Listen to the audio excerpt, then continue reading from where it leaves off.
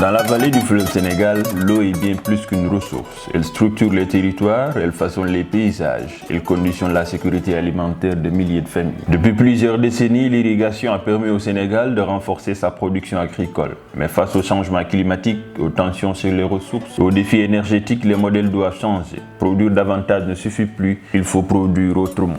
C'est dans cette dynamique que s'inscrit le stage collectif du COSTEA organisé à Richard Toll du 10 au 20 février 2026. 50 étudiants sénégalais et internationaux ont été mobilisés au cœur des périmètres irrigués du delta du fleuve Sénégal.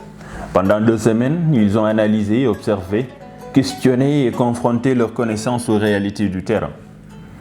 Conçu comme un véritable dispositif intensif de formation par la recherche et d'appui stratégique aux politiques publiques, ce stage place les étudiants en situation réelle d'expertise. L'objectif est clair, produire dans un temps contraint et avec une exigence scientifique élevée, un diagnostic opérationnel des systèmes irrigués. C'est une unité d'enseignement à part entière de l'option RESAT, qui est une option de Master 2, de niveau Master 2. C'est aussi une unité à part entière pour les étudiants de PVA, de l'UGB, puisque du coup c'est être capable dans un temps restreint de répondre à une commande professionnelle en mobilisant des outils de diagnostic qu'ils ont appris au cours de l'année. Et en étant mis en mode aussi gestion de projet, donc que les étudiants soient un peu les maîtres d'œuvre de la commande et de la gestion du projet qui leur est confié. Et le commanditaire, donc cette année, c'est le projet donc COSTEA qui est un consortium international qui s'intéresse aux questions de l'eau en agriculture et qui travaille notamment à essayer de trouver des solutions pour faciliter la transition agroécologique sur les territoires. Et il nous a confié donc cette étude sur le périmètre de la SAED pour réfléchir à 2 dimensions. La réingénierie de périmètres aménagés historiquement et pour lesquels peut-être qui ne sont pas complètement adaptés à une rediversification de cultures sur ces périmètres, et aussi des consignes de design pour les nouveaux périmètres à aménager, notamment autour du lac de Guiers. On a fait une semaine de travail à distance. Donc les étudiants de Montpellier ne sont arrivés que cette semaine, mais depuis la semaine passée, on a fait un travail à distance, un travail en ligne de préparation de toutes les offres de formation, de tout ce qui devra être fait sur le terrain. Donc à travers ces échanges à distance, on a pu mettre en place un certain nombre de groupes qui vont travailler sur le terrain. Et avec également l'accompagnement de la SAED qui a aidé un peu à redéfinir les zones, à redéfinir un peu les thématiques sur lesquelles nous devrons travailler. Et effectivement sur les différents supports sur lesquels on devra s'appuyer pour mieux faire le travail de terrain. Encadré par les enseignants-chercheurs de l'Université Gaston Berger de Saint-Louis et de l'Institut Agro Montpellier, appuyés par des chercheurs de l'ISRA et les équipes techniques de la SAED, les participants ont conduit une analyse systémique approfondie dans les périmètres irrigués de Dagana et de lac de Guiers. Je peux dire que le stage se passe plutôt bien. Nous sommes actuellement dans le village de Yaman et les populations sont plutôt ouvertes. Vraiment, on est à l'aise, on leur pose des questions par rapport à leurs exploitations, aux pratiques qu'ils font, au périmètre, comment ils se font la distribution de l'eau. Plusieurs questions entre autres qui entrent dans le cadre du stage. Et je trouve que c'est plutôt bien. On va aussi sur le terrain pour voir les exploitations, voir les aménagements qui y sont faits, qui leur permettent vraiment de produire. Infrastructure hydraulique, pratiques culturelles, organisation des irrigants, coûts énergétiques, risque de salinisation, contraintes environnementales. Chaque dimension a été étudiée afin de comprendre le fonctionnement global des systèmes irrigués et leur marge d'évolution.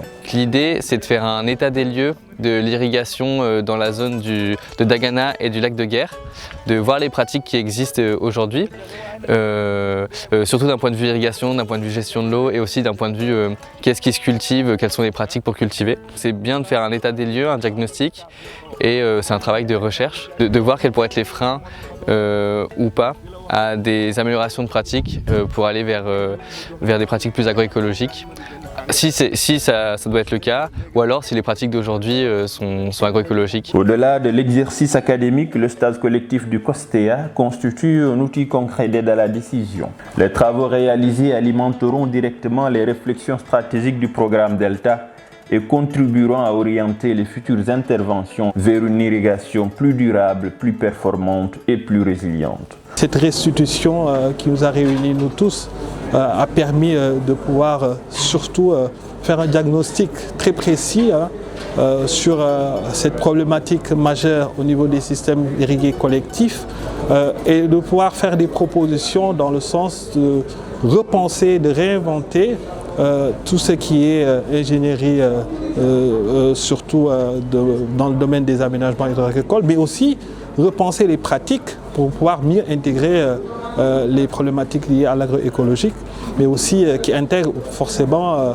la dimension sociale, la dimension organisationnelle, mais aussi la dimension foncière et genre, qui sont des éléments extrêmement importants dans les réflexions, surtout dans l'intégration de l'agroécologie. Ce stage illustre pleinement la mission du COSTEA, créer un espace de dialogue entre savoir scientifique et expertise de terrain, former une nouvelle génération de cadres capables d'appréhender la complexité des systèmes irrigués et accompagner la transition agroécologique des territoires. Et le projet COSTEA vise à accompagner la SAED notamment pour réfléchir à une nouvelle façon de concevoir l'irrigation.